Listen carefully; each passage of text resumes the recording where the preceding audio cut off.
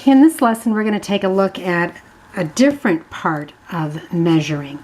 Up until now we've looked at the number of significant digits, we looked at accuracy, and we looked at that in terms of trying to get an idea as to how exact our measure was.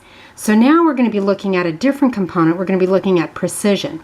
Precision of a measurement is the smallest unit with which the measure is made. That is the place value of the last significant digit, if it's a decimal, or the smallest unit of calibration on the measuring instrument, depending upon if you're dealing with a ruler or not. Something like 2.17 meters, we'd be looking at 100th of a meter. So that would be our rightmost, that would be our unit of measure. We're looking at a 100th of a meter. If I had something like 5/32 of an inch, this is where the smallest unit of calibration. If I'm looking at a portion of an inch and I have 5/32, the smallest calibration there is to a 32nd of an inch. That seems to be the thing that would get most of us, is dealing with the fractions of an inch. It's not so much the decimal place that throws students.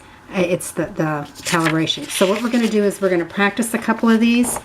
We're going to go back to some of those measures that we looked at when we were looking at accuracy, and we're going to identify the precision. And again, you're going to look at the place value. So you can kind of remember precision. If you're looking at decimals, it's place value. And if you're looking at fractions, it's really, you're looking at that denominator. Okay, so here we have 6/1000th of a foot. So that 6, that's our significant digit, our rightmost significant digit, or our last significant digit, and it is in the thousandths place. So you could write out thousandths, or you could write the number. Here we have 950 volts. The 5 is our rightmost digit, significant digit, and that is in the tens place. So we're going to write tens place. Here we have, again, we said that this 0 was not significant, but this 0 is significant because zeros to the right of a decimal, a significant digit and a decimal number are significant. So this 0 is significant, and that's in the hundredths place. Do you notice how I'm putting TH here and TH here because we were dealing with a decimal, where this was a whole number, so I didn't include the TH. So yes, you're writing out a word here. Okay, so in this place, this particular problem, the 4 is in the thousandths place, and I could abbreviate this and just say 1/1000th, and say a thousandths place. I don't care how you write it. This is to the nearest whole number, being we've got 4 in the ones place. Here I've got 6 in the thousands place, so I could write that as thousands place. Again, you could write out the word, or write out the numeric notation for it. Looking at our next one, the 6 is in the hundreds place, so I'm just going to write hundreds. Here I have the 5, the last digit is in the hundredth place, so that's a fraction, so I'm going to write hundredths. Here I have the 7 is in the tenths place, so I'm going to write tenths. Okay, now keep in mind, we always have to stop and think on these zeros. The 0, the rightmost 0 is to the right of a decimal. It is automatically significant. So the 0 in between is automatically significant. Not that that one matters, but this rightmost 0 is significant, and it's in the tenths place. So this one I'll just write out the word tenths. And here we have the 2 is in the thousandths place. I'll write that out just so that you can see that you can go either way again. And here we have the 4 in the tens place. I want you to again see the difference there. Okay, precision, we're going to skip past this for now. Precision is important when adding and subtracting measurements. So I've got an example here. Let's say we're mailing some packages. Okay, we've got packages, and it's to the 100th of a pound, 23.25, 18.6, and 35 pounds.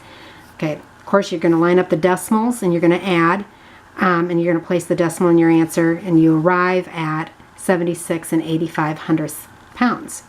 Okay, your solution is precise to the hundredths place. Do you see that? Our solution is precise to the hundredths place, although only one of our measurements was that precise.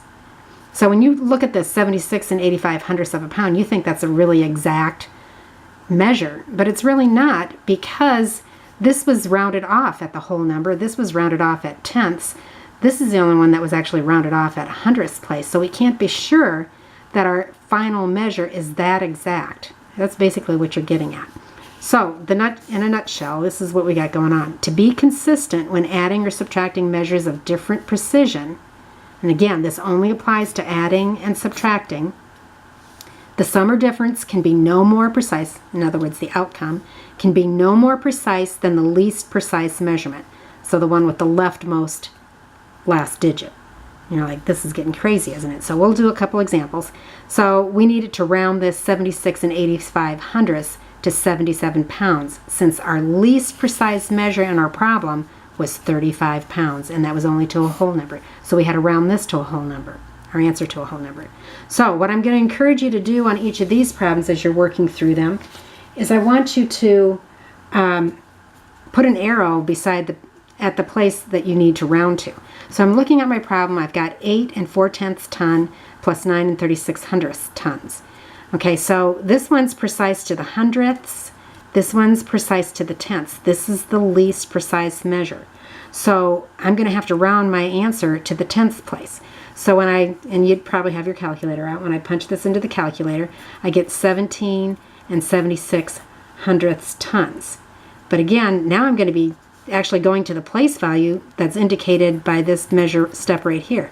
I go immediately to the tenths, and I'm going to round this to the tenths. So I go immediately to the right, and I'm going to go back and round that up to 17.8 tons. Okay, in this next one, we've got 16.5 pounds per square inch plus 12 675 thousandths pounds per square inch. This is precise to the tenths place. This is precise to the thousandths. So when I'm adding these up, my calculator shows that I have 29 175 thousandths. That's very, very precise, because one of my answers was that precise, but the other one is not quite that, not anywhere near that precise. So my answer can be no more precise than this least precise component, and that's precise only to the tenths. So I go to my tenths place, look to the right, that's greater, so I'm going to round that up to 29.2 psi. Okay, looking down here, we've got 3 more problems, and these are subtraction problems. Here, this is precise to a whole number, where this one is precise to the tenths. This first one is least precise, so I can only round my answer to a whole number.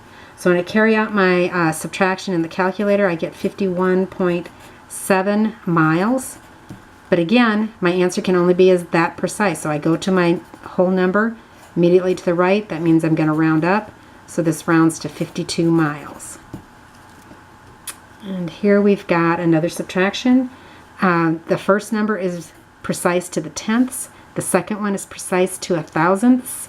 We are not going to be able to round to a thousandths because one of our components is only precise to the tenths. So our answer is going to have to be rounded to the tenths. So when I carry out my subtraction, I have 2.498. I go to the tenths, immediately to the right, that's greater, so I'm going to come back here and round this to 2.5 miles, or meters.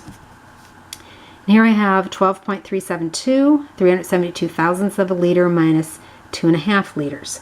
So when I carry out the subtraction, my answer can only be as precise to the tenths. So when I plug that in my calculator, I get 2.872.